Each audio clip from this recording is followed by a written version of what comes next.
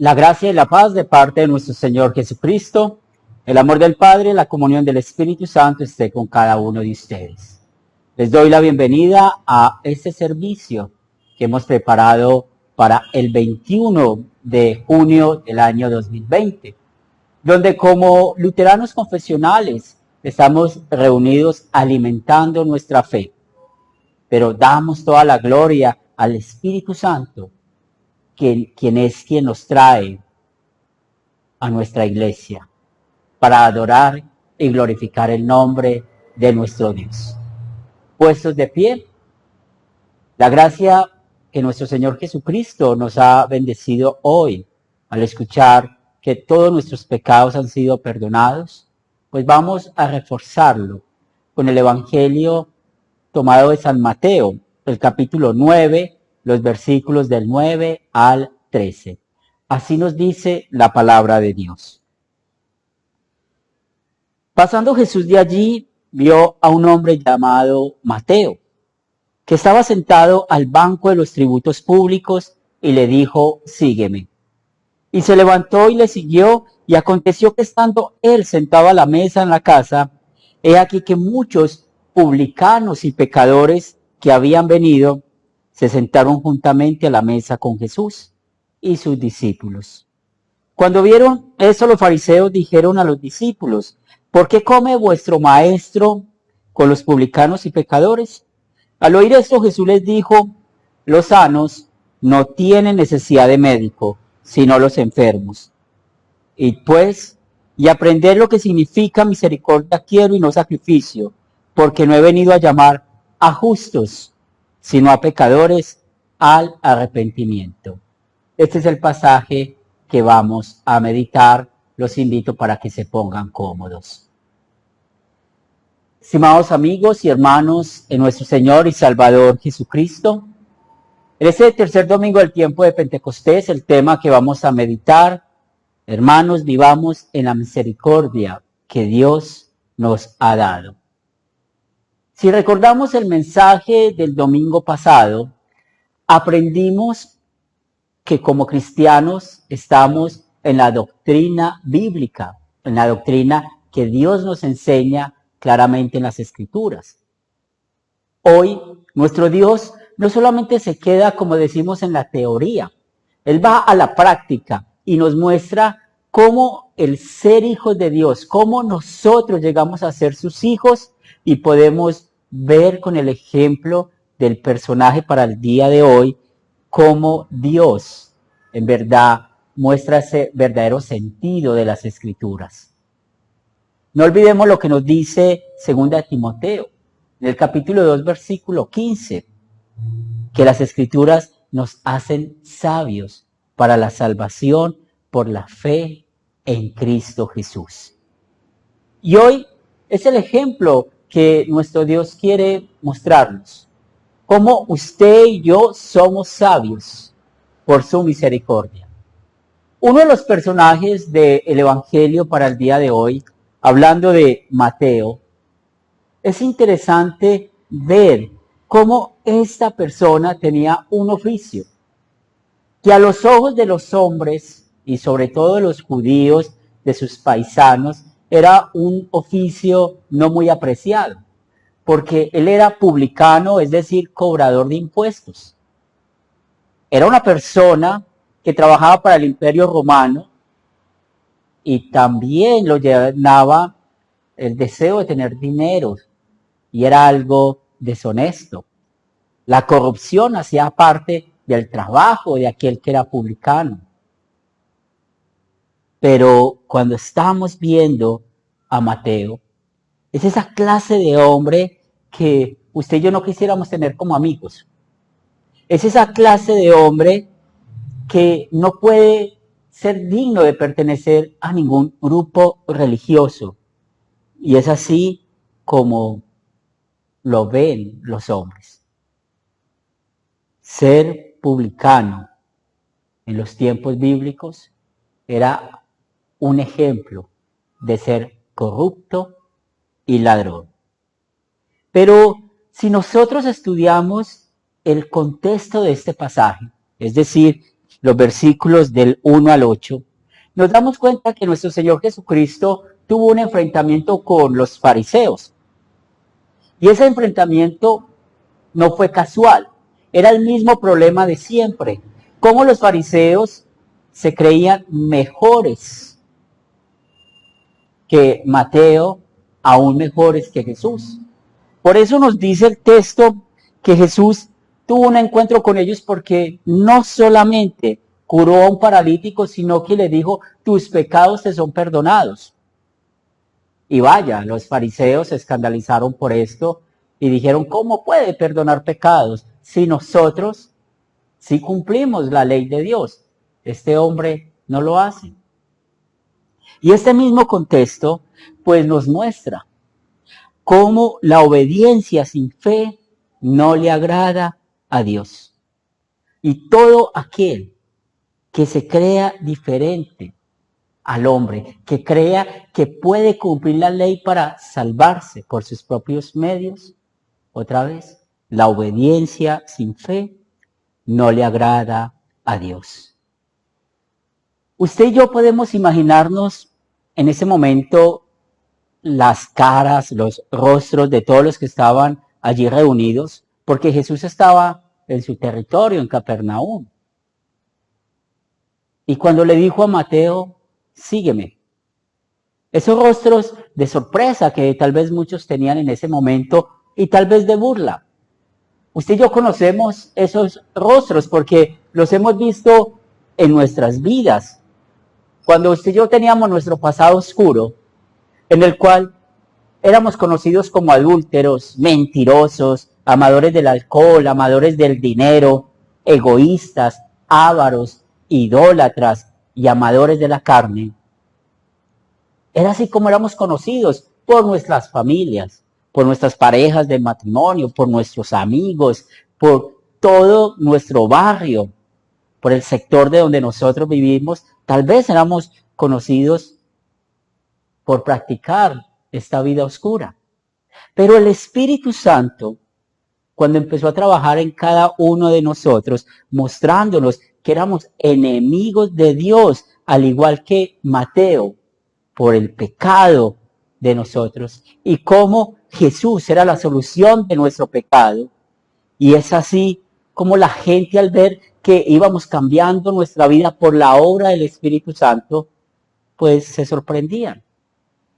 Y pusieron muchos caras de sorprendidos, otros de burla, solamente porque ya éramos diferentes. Entonces podemos entender bien esa actitud de las personas que estaban allí. Y es, una vez más, como la Biblia nos muestra tanto que Mateo como nosotros, en verdad no merecemos tener ninguna relación con Dios por nuestra miseria espiritual. Y es ahí donde no nos importan las personas cómo nos miren, si están sorprendidos o nos están burlando de nosotros. Lo que nos importa es el tesoro del mensaje que estamos escuchando hoy. Ese tesoro que está resumido en una sola palabra, misericordia, que es la compasión de Dios que siente por usted y por mí. Esta misma historia bíblica está en el Evangelio de San Marcos y Lucas, y allí nos damos cuenta cómo estos evangelistas dan el nombre hebreo de Mateo, Leví. El término Leví o la palabra Leví o el nombre Leví tiene un significado, significa unión. Y esta unión o este término de la unión nos recuerda cómo nos podemos identificar con Mateo. ¿Por qué? Porque él encontró en Jesús, al igual como usted y yo, la unión con el Padre en los cielos. Cómo se restauró nuestra relación con Dios por medio de Jesucristo. Pero nuestro viejo hombre se encarga de que olvidemos nosotros cómo éramos antes de conocer de la misericordia de Dios, antes de vivir sin la misericordia de Dios. Y el viejo hombre nos hace olvidar esto. Y es acá donde nosotros pecamos. ¿Y cómo pecamos? En dos sentidos. El primero, cuando perdemos el primer amor. ¿Y cómo mostramos que perdemos el primer amor hacia Dios? Cuando dejamos de congregarnos, cuando dejamos de estudiar la palabra de Dios, cuando dejamos de orar. Es una prueba de que hemos perdido el primer amor. Y la segunda manera en la cual nosotros nos olvidamos de la misericordia de Dios es cuando tenemos la actitud de los fariseos que estaban en la casa de Mateo cuando Jesús se sentó a la mesa con todas las personas que lo estaban allí acompañando. Y nos dice las Escrituras que los fariseos le dijeron a los discípulos: ¿por qué come vuestro maestro con los publicanos y pecadores? Y esta actitud muchas veces nosotros hemos tendido a tenerlas. Nos consideramos, creemos que somos supercristianos al sentirnos mejor que los demás. Creemos en algún momento, y eso lo hace nuestro viejo hombre, que nosotros no pecamos de la misma manera que pecan otros, y han salido de nuestra boca frases como: yo no peco de esa manera, o esto no lo hacen los cristianos.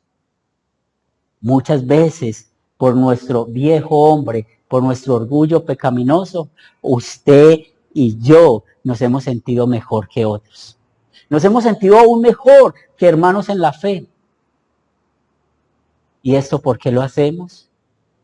Por la arrogancia que aún vive dentro de nosotros. Por eso nos damos cuenta de que hay supercristianos que han abandonado nuestra iglesia. ¿Y por qué la han abandonado? Porque empiezan a compararse con otros hermanos y dicen: es que en la iglesia no hay crecimiento, es que en la iglesia uno ve que son los mismos pecados, es que en la iglesia uno ve que las personas no cambian. Pero esa es su perspectiva, no la perspectiva de Dios. Y tengamos en cuenta que cuando se pierde el primer amor, o cuando nos consideramos supercristianos, ¿quién es el que pierde? Aquel que se aleja de las cosas de Dios. Perder el primer amor o sentirnos supercristianos, hermanos, nos lleva al infierno. Pero una vez más, hoy estamos acá reunidos dándole gracias a nuestro Padre Celestial, dándole gracias a nuestro Dios por Jesús, quien sí tuvo misericordia, no solamente con Mateo, no solamente con los publicanos que están en la historia de nuestro evangelio para hoy, como lo vemos en el versículo 10, que nos dice: y aconteció que estando él sentado a la mesa en la casa, he de aquí muchos publicanos y pecadores que habían venido y se sentaron juntamente a la mesa con Jesús y sus discípulos.